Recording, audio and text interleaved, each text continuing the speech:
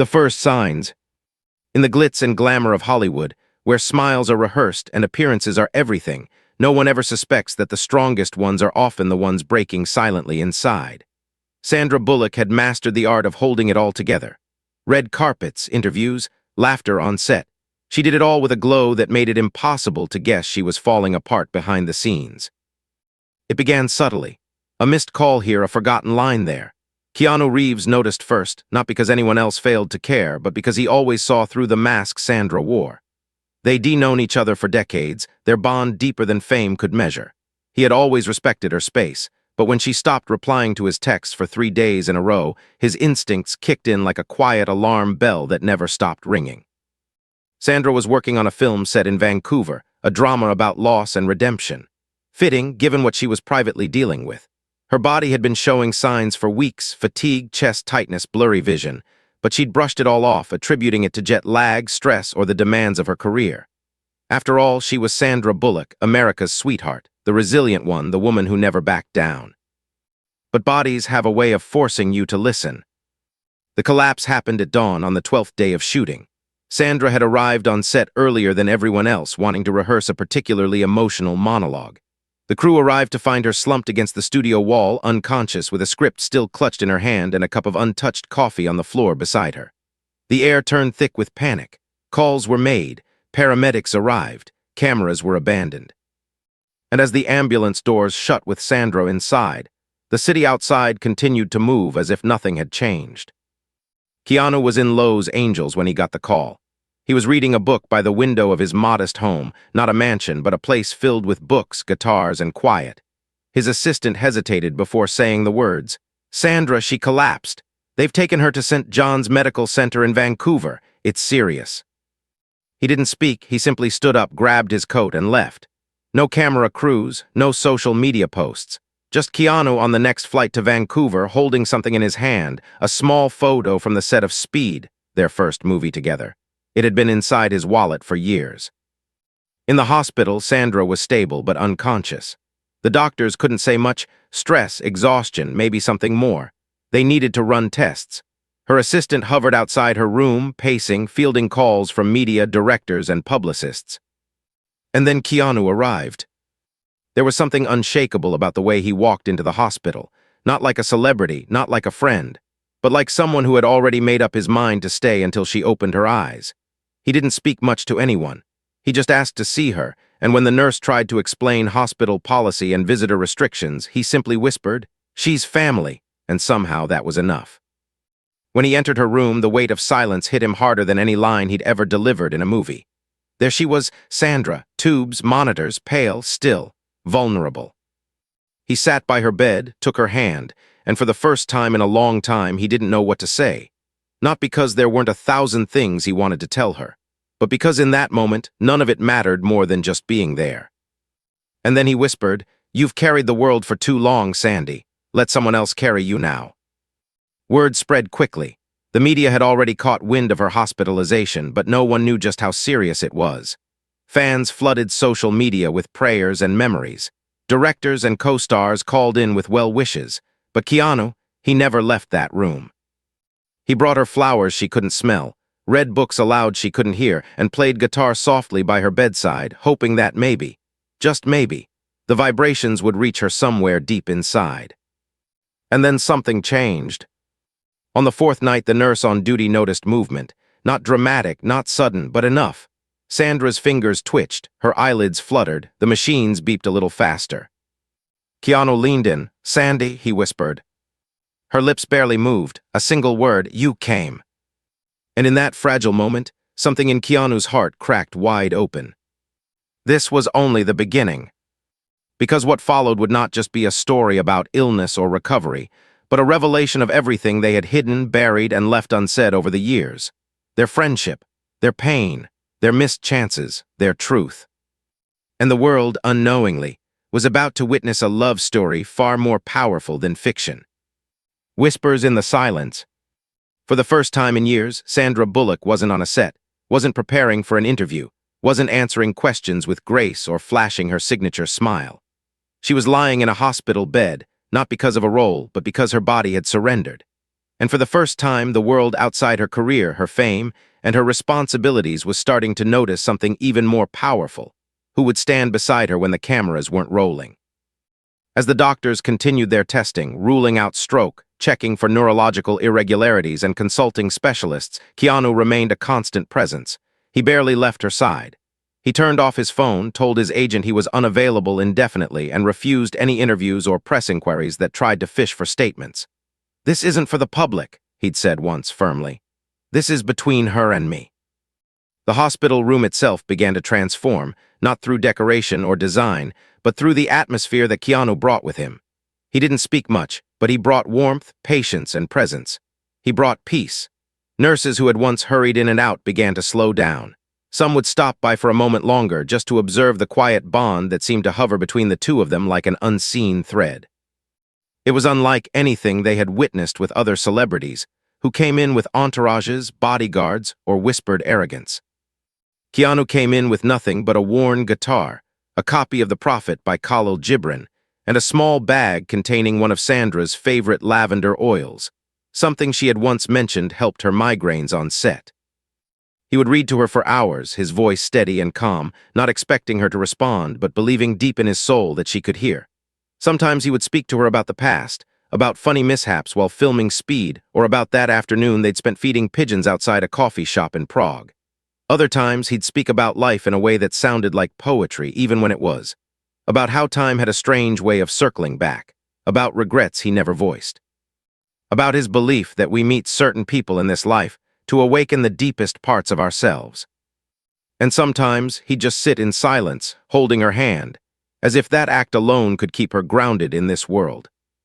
It was on the 6th day of her stay in the hospital that Sandra began to show signs of consciousness again. Her movements became more frequent, her breathing more controlled, and her responses, though subtle, began to gain consistency. A blink here, a twitch there. The nurses marked everything down, and neurologists became cautiously optimistic. But for Keanu, every tiny sign felt like a victory. He spoke her name with a gentleness that made even the most hardened nurse tear up. "Sandra," he whispered one evening, leaning closer, "if you can hear me, you don't have to rush. You've always been the one running for everyone else. Maybe it's time someone ran toward you." That night, just as he finished reading a page from The Prophet, Sandra's hand gently squeezed his. It wasn't dramatic. It wasn't a cinematic moment of sudden awakening with gasps and tears. It was quiet, but it was real. Keanu froze, looked at her, and saw her eyelids flutter open slowly. Her eyes were unfocused, dazed, but unmistakably alive. She tried to speak. He leaned in. "Where am I?" "You're safe," he said softly, smiling despite the tears gathering in his eyes. "You're in Vancouver. You fainted. You've been sleeping, but you're back now." Sandra looked at him, recognition slowly lighting her face like dawn. "You stayed." "Always." She blinked again, a small smile pulled at the corners of her lips. "You still talk like you're in a movie." He chuckled, his laugh quiet and trembling. "Only with you." The medical staff rushed in once they heard she was awake, asking her questions, checking her vitals, running a dozen assessments. But through it all, her eyes kept drifting toward Keanu, as if his presence grounded her in the moment, tethered her to something more powerful than recovery: purpose. In the days that followed, she improved faster than the doctors had expected. Her speech returned gradually, and though she tired quickly, she grew stronger. Keanu was there for every step, pushing her wheelchair around the hospital gardens, bringing her books she loved, and sitting with her through the sleepless nights when fear crept in. They really spoke, in a way they hadn't in years. "Do you remember," Sandra said one afternoon, "when I told you I never wanted anyone to see me weak?" Keanu nodded. "I remember." All of this," she said, gesturing to the IV tubes, the oxygen monitor, the wheelchair. "This is everything I never wanted the world to see." "But the world doesn't see this," he said gently. "I do, and I'm not the world, I'm just me." Sandra turned her head to look at him, eyes wide. "You never ran." "I never planned to." She fell silent for a while, watching the wind ripple through the trees beyond the hospital courtyard. Do you think people can break so quietly that even they don't hear it?" "Yes," he said without hesitation. "But I also think healing begins in silence, too." Sandra wasn't used to being vulnerable, not publicly, not privately. Her entire life had been a performance. Strong woman, capable actress, responsible mother, always composed. But in that hospital room with Keanu quietly brewing tea and reading her poetry about mountains and stars, she realized something. Being seen in her most broken state didn't make her less worthy. It made her human. And Keanu didn't just see her. He stayed. Not because she was a project to fix. Not because he wanted to be a hero. But because he knew on a soul-deep level, that the woman who had carried so many would one day need someone to carry her. It wasn't romantic yet, but it was love. The quiet, unwavering kind. The kind that wasn't about gestures or headlines, but about presence, steady, patient, unmoving. Outside, the media frenzy grew. Paparazzi camped out near the hospital, fans created trending hashtags, and speculation about Sandra's condition dominated entertainment headlines. But inside the hospital, where the world couldn't intrude, something more sacred was unfolding. Two people who had loved each other silently from a distance for years were finally speaking without fear. "I've missed you," Sandra said one night, her voice hoarse but honest. "I never went far," Keanu replied. "But I did." "I know," he said, "but I waited." A long silence passed, then she whispered, "Why?" He looked at her for a long moment, then said, "Because I saw the real you before the world did, and once you see someone's soul, you don't unsee it." Tears slipped down her cheek, not from pain but from something far deeper, gratitude. What neither of them knew then was that this chapter would change not just their lives, but the hearts of everyone who would one day hear this story. Because in a world obsessed with perfection, status, and strength, they were about to prove that sometimes, the most powerful love stories are written not with grand declarations or cinematic kisses, but in hospital hallways, quiet glances, and whispered promises when no one is watching. The weight of what was never said. The air in the hospital room had shifted. The sterile silence had softened into something gentler, warmer, almost sacred. The machines still hummed, nurses still came and went, and IV drips still ticked on, but none of that disturbed the unspoken understanding now pulsing between Keanu and Sandra. There were no makeup artists here, no rehearsed lines, no audience to impress. Just two souls peeling back layers they'd spent years hiding beneath professional smiles and carefully timed interactions. In those quiet days that followed Sandra's awakening, Keanu became more than just a presence. He became a mirror. He asked no questions that she wasn't ready to answer, never pushed her to explain herself, but simply let her unfold at her own pace. And as she grew stronger, as her speech returned to full clarity, and her emotions stopped teetering between numbness and tears, she began to speak of things she had long buried, things even the world's brightest spotlight had never illuminated. "I think I forgot how to breathe," Sandra said one afternoon, her voice quiet as she stared out the window at the overcast Vancouver skyline. "Not literally, of course, but emotionally. You know, you get so used to carrying the world, the roles, the expectations, the people who depend on you, and somewhere along the way you lose the rhythm of your own heart." Keanu listened, never interrupting. He had always been the kind of man who honored silence as much as speech. His eyes never left her face, not with pity but with a kind of reverence, as if her pain was something sacred, not shameful. "I kept thinking," Sandra continued, "that if I slowed down I'd disappoint someone, that if I took time for myself I'd be seen as weak, especially after my mom passed and then Jessie." Her voice trailed off. She didn't need to say more. Keanu already knew. He had followed her life closely, not as a fan, but as someone who truly cared. He remembered how she juggled the heartbreak of her divorce, the pressure of being a single mother, and the demands of an industry that didn't know how to let women age gently. "I remember," Keanu finally said, his voice gentle, "seeing you at that charity gala 2 years ago. You were glowing on the outside. Everyone said so. But I watched you laugh, and I knew it was the kind of laugh that hurt your ribs." Sandra turned to him, eyes glistening. "And you always seemed so untouchable, not cold, just still, like no one could get too close." "I think," Keanu replied, "I built a moat around myself. After so much loss, it felt safer that way. But it also meant I kept people who mattered on the other side." "And yet you're here," she said. "And yet you woke up," he answered. Sandra's recovery grew more visible. She was now able to sit upright without dizziness, her appetite returned, and the color slowly came back to her cheeks. The doctors were cautiously optimistic. It turned out that her collapse had been triggered by a combination of untreated anemia, extreme stress, and what one neurologist delicately called chronic emotional depletion. In simple terms, Sandra had given everything and left nothing for herself. As her strength returned, so did moments of joy.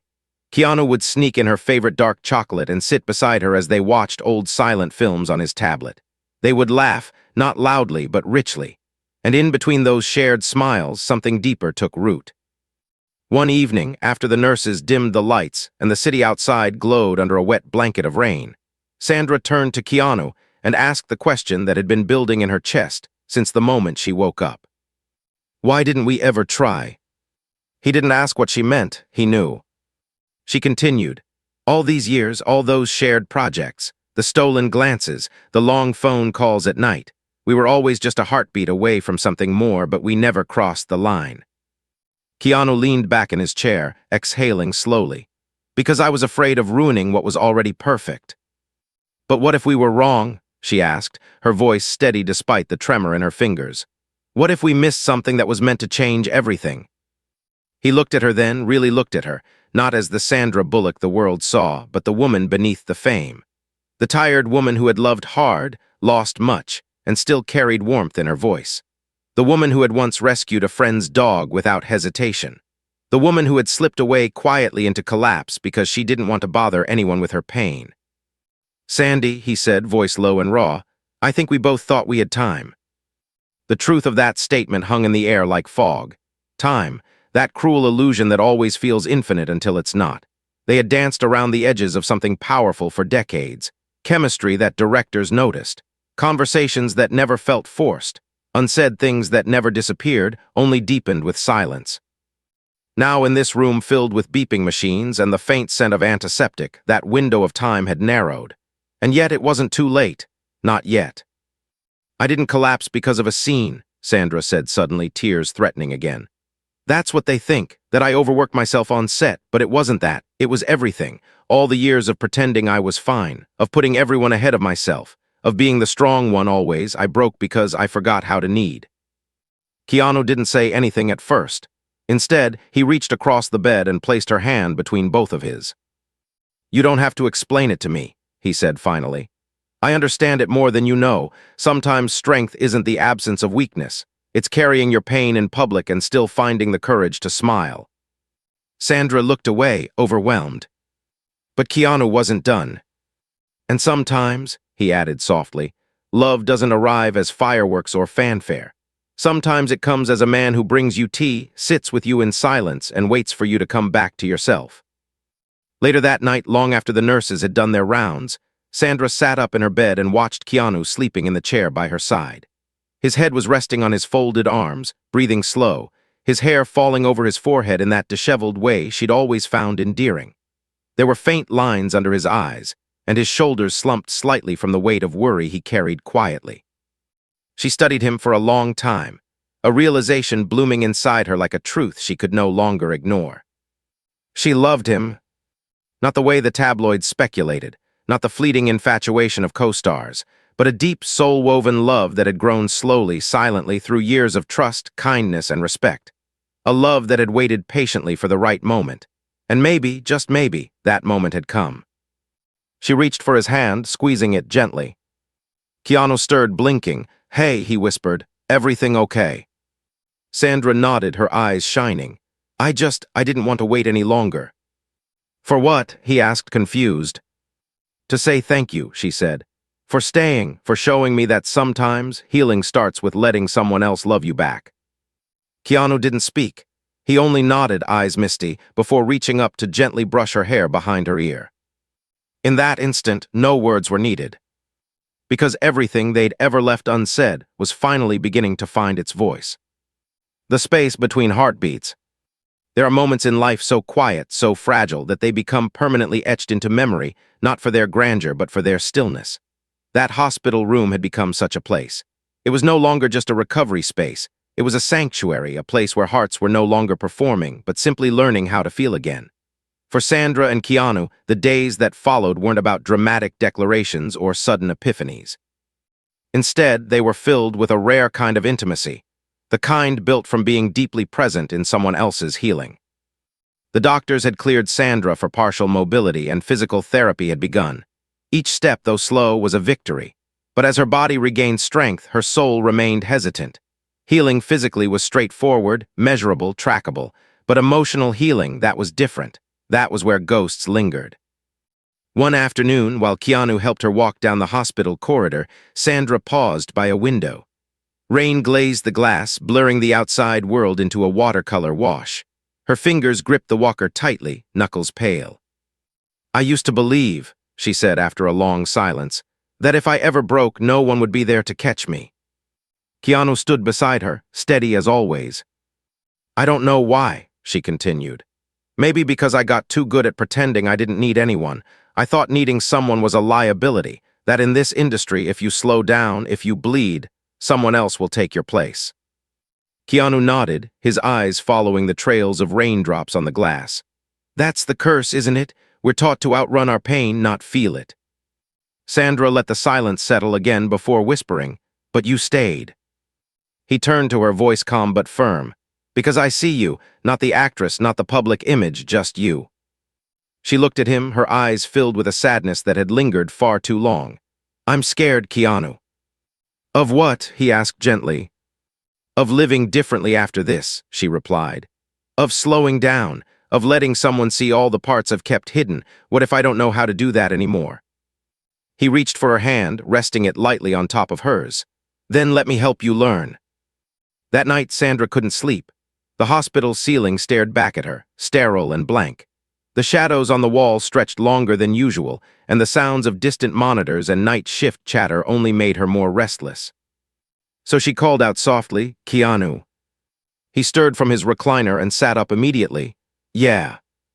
"I keep thinking about something," she said, her voice trembling. "All those years, when we could have chosen each other but didn't, do you ever wonder how different life would have been if we had?" He looked at her for a long moment before answering. "I used to, all the time, but now I wonder something else." "What's that?" He leaned forward, his elbows on his knees. "Maybe the universe didn't mess up the timing. Maybe it waited until we were both finally ready to see what was right in front of us." Sandra felt her throat tighten, but not from sadness, from truth. "And are we ready now?" she asked. He didn't hesitate. "I am."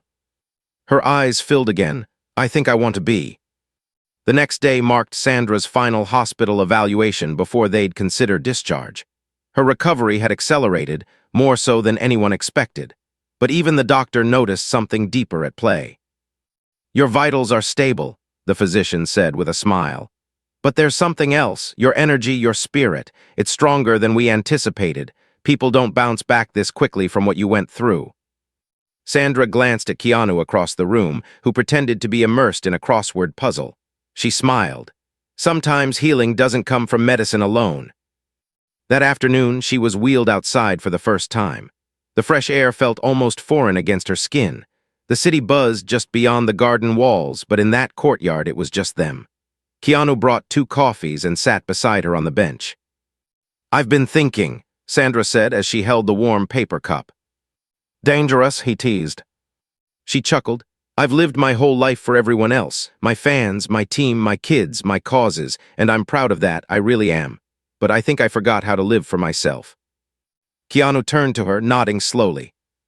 "And maybe part of that," she continued, "is allowing something real to happen, something for me, with you." He didn't say anything immediately. Instead, he reached into his coat pocket and pulled out a tiny, folded note. He handed it to her with a shy smile. "What's this?" she asked. "Something I wrote the night you collapsed." Sandra opened it slowly. The handwriting was unmistakably his, slanted, careful.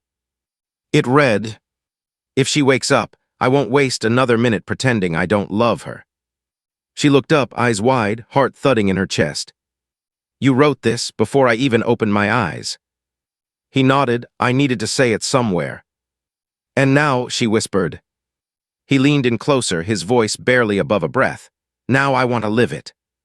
That night was the first time in weeks Sandra slept without waking in fear. And when she did dream, it wasn't of stress or pressure. It was of dancing barefoot under fairy lights in a garden, with Keanu's arms around her, no cameras, no scripts.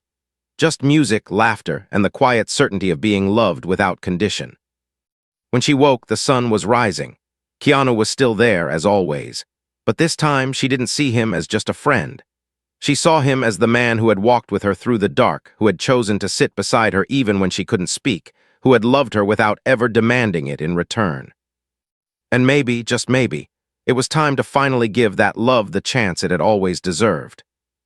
The moment between before and after. The first morning outside the hospital hit differently. It wasn't just the scent of real air or the return of freedom.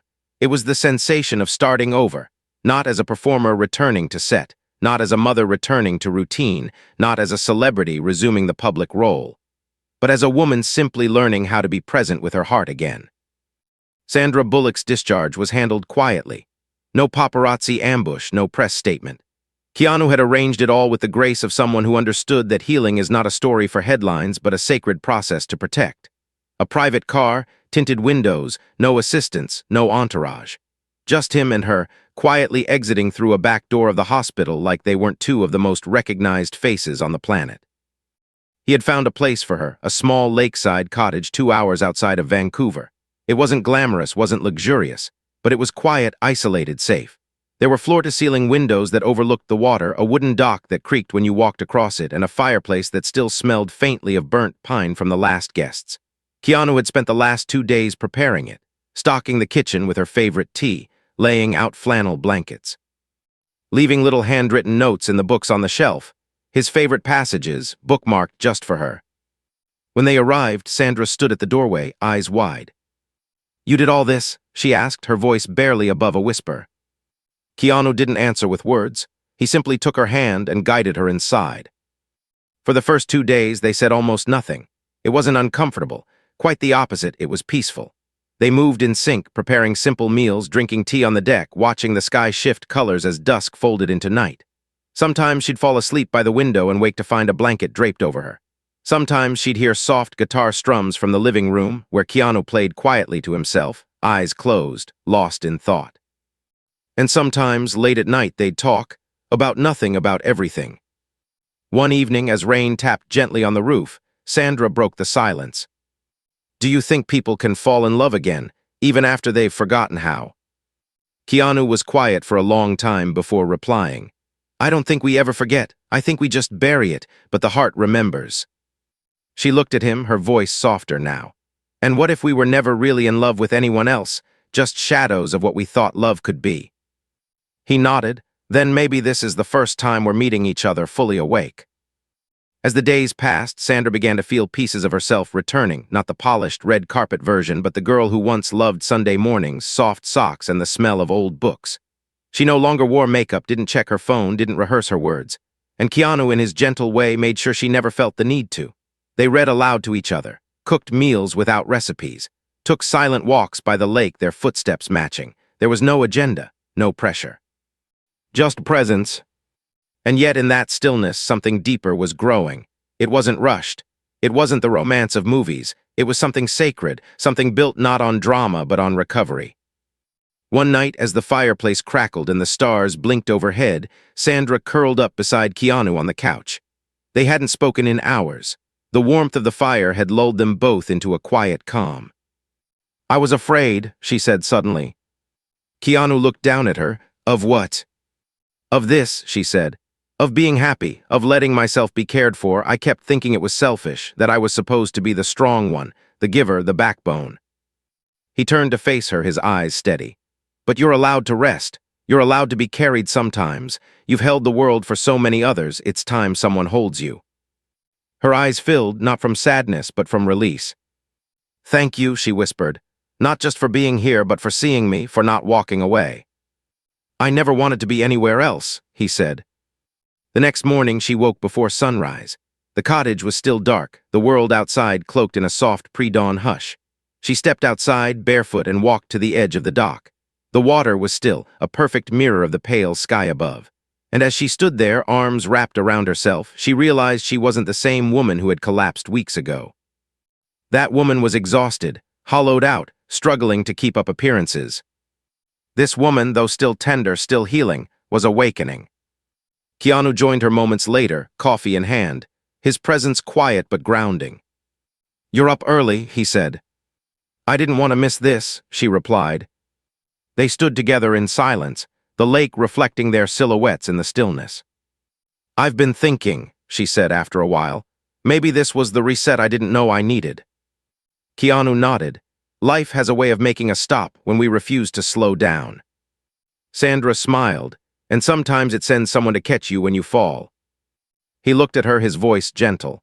I didn't catch you, Sandy. You caught yourself. I just stayed long enough to remind you that you could. She turned to him, her voice trembling. But I want you here, not just as someone who helped me heal. I want you here because I don't want to walk back into life without you beside me. Keanu took a deep breath, then reached for her hands. I've loved you in silence for years, not because I was afraid to say it, but because I respected you enough to let you find your way to it on your own. If this is the beginning, I'm all in. Her eyes welled up. Then let's not waste another second. Later that day, as they sat together in the stillness, Sandra opened her journal. For the first time in years, she began to write, not a script, not a press quote, but her truth. I collapsed in a hospital, not because my body failed, but because my soul had been whispering for help for far too long. And when I opened my eyes, the first face I saw was the one that never left. Maybe love doesn't come when everything is perfect. Maybe it arrives when we've broken enough to finally let it in. She looked over at Keanu, his eyes closed, head resting back, completely at peace. And for the first time in years, she didn't feel alone. The love that waited quietly. The days at the lake passed slowly, not like the hurried rush of schedules and studio contracts, but like time itself had finally decided to pause for them, to grant a small, sacred pocket of peace to two souls who had been running for far too long. Sandra began waking earlier, moving with more ease, laughing without catching herself, as though her body had finally received permission to exhale decades of pressure. Keanu was always nearby, not hovering, not managing, just present, steady like the lake itself. He wasn't there to fix her, he was there because he loved her, and now, finally, she had let him.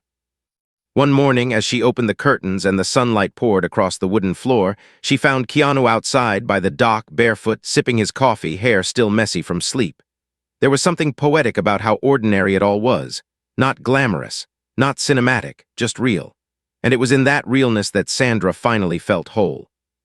She walked out and stood beside him, arms crossed against the cool breeze. You know what I've realized? She said, her voice soft. What's that? He asked without looking away from the horizon. That this is the first time in my life I've felt love without performance. He turned to her, his gaze searching. What do you mean? She smiled gently. I've always felt loved for what I gave people, how I showed up for them, how I fixed things, smiled through pain, held everything together. But with you, even when I was at my lowest, you didn't love me less. You didn't need me to be anything but me. Keanu placed his coffee down and stepped closer. That's because love isn't a reward for strength. It's the shelter we offer when strength runs out. She looked at him, eyes glistening. I think I'm ready to come back now, not to work, not to the red carpets, but to myself and to you. He nodded slowly. Then let's build something from here, quietly, honestly, with no masks. When they returned to Los Angeles a week later, everything felt different.